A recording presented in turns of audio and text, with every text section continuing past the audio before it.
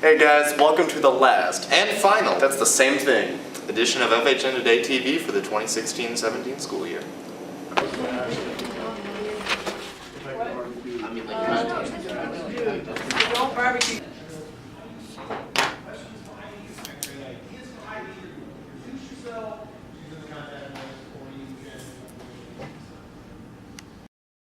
Well, this is it. I feel like we should go out with a bang, you know, something big. Yeah, you mean like show off the top stories of the year? Top stories, yeah. Well, looks like first up on the list, we have a tour of the Del Mar Loop. The Loop. Hasn't everyone seen The Loop, Jacob? You haven't quite seen like this though. You'll see.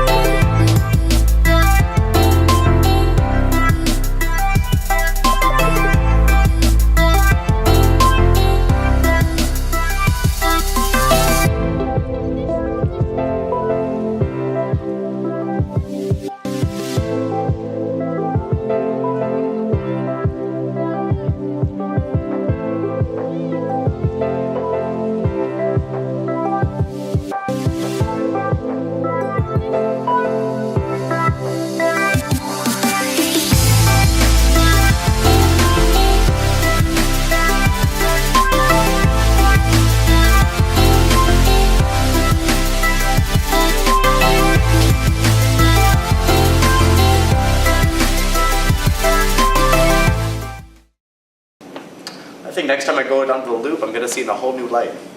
So you're going at night? I'm so glad I'm out here in a few days. I'm sick and tired of puns. Yeah, I mean, it's been a good 4 years of puns, but I'm a little disappointed that I didn't pick up any talent on that, obviously. I mean, you could try lacrosse. I don't even know what that is. It's the one with the stick. But I'm sure we could teach you here in just over 59 seconds.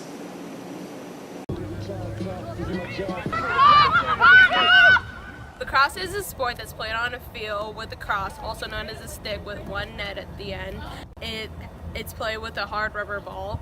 There are 20 people on the field, 12 on each team, 4 defense, 4 midfield, and 4 attack, and 1 goalie. And the concept of the game is to use your cross or stick to take the hard rubber ball and take it to goal.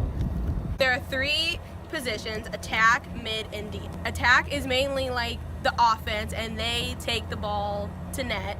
And midfield help out the attack and D, because there's only 3. So with the 7v7, there's 3 mid, and then there's 4 attack, and then there's 4 D. And defense, they basically defend the goal, and they keep the opponent's offense. They try to protect them from scoring.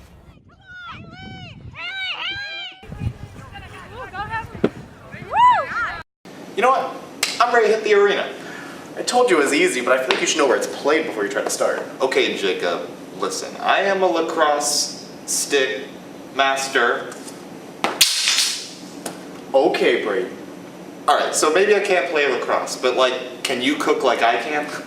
Oh, I don't know about that, Brayton. I can make a mean mac and cheese. But is it from a box? Don't worry about it. Alright, so let's start simple. Lemonade, alright? DIY strawberry lemonade. I think I can give it a shot. Alright.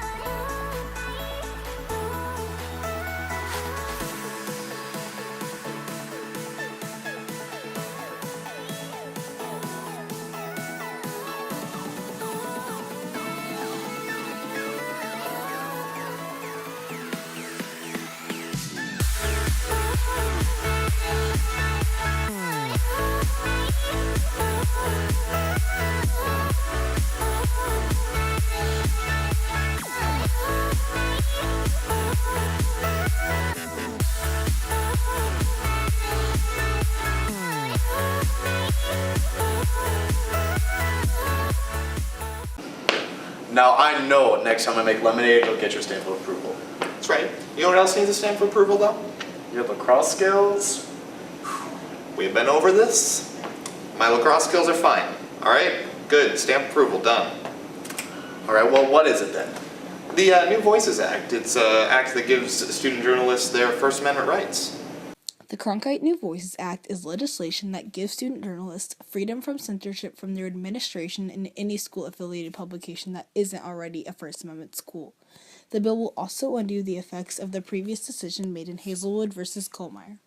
It is so time for Missouri to follow in the lead of 9 other states and pass legislation to protect students and advisors' First Amendment rights in the state of Missouri. It's paramount that we get this done and we get it done soon. And I'm confident we're going to get it done. I'm waiting like everybody else. We're going more towards an all-encompassing media. We have social media out there that lets everyone be the journalist, be the reader, be the critiquer, be every aspect of the media making process. And with that, I don't see the reason why we can't let high school journalists have the same rights, I guess, as they do on social media networks. While the bill has already been passed in a few other states, many feel it is now time for it to pass in Missouri so students can make the hard-hitting stories they couldn't have made before. I personally think that since it is truly a form of censorship, that one, especially with students, you don't get to learn real journalism because you're told what you can and can't do. You can't be as curious as you're meant to be. And 2, you're not going to get as good of stories. You're going to get very watered down versions of the truth, which isn't really the truth. There's some positives to prior review. Recognizing that the papers go through and are a reflection of the school and the school district, I understand why a lot of administrators would want to see what's going through as content, because when there's criticism, a lot of that goes back to the administration. It goes back and reflects on the school. So there's some positives to trying to check things before they go out. At the same time, many administrators take that power too far and will ask students to not publish things because they don't agree with it or because they don't think the community will respond well to it, even though it's a very important, very prevalent issue that needs to be discussed. Some in support of the bill believe the public is missing the other voice of every story, the unique voice of student journalists. The Cronkite New Voices Act is not just about student journalist bodies. It's not just about the administration at a high school. It's not just about the student journalists themselves or the advisor. It's about bringing information, bringing light to an issue, and to have their voices heard without restriction. Student journalists need to be learning to report the way they will in real life, and you can't just censor someone up until they're 18 and then push them out into the real world and say, okay, now we're not going to tell you what you can and can't report on. You have to have the freedom early on to say, this is how I deal with these situations, this is how I'm going to report, and you can't do that without it. I think the community around school districts find real value in what the students have to say, seeing as professional newspapers and adults don't have the same perspectives that students do. Students have a truly unique perspective, and we shouldn't squash them for having a new opinion that adults may not agree with or that other students may not agree with, because in order to improve and in order to step forward as both a community and as a state, we need to hear all voices involved, and the students have a very valuable voice in all that. If the bill continues on and is passed in the future, more student journalists who haven't been able to exercise their First Amendment rights already will be able to write the controversial stories they want to write. With the passing of the New Voices Act, all students would have a protected voice. Well, that's all we have for you this year. Make sure you check back in August with us for the next edition. And for the last time,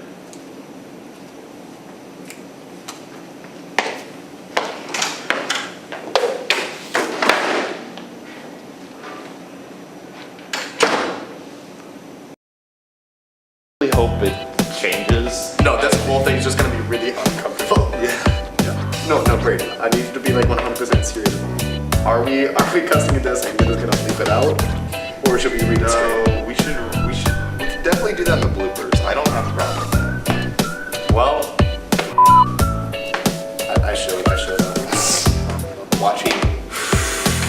Brayton, Like, who the don't know how to make lemonade? we have a video showing the stories on how to do the loop. On how to do the loop. How to do the loop.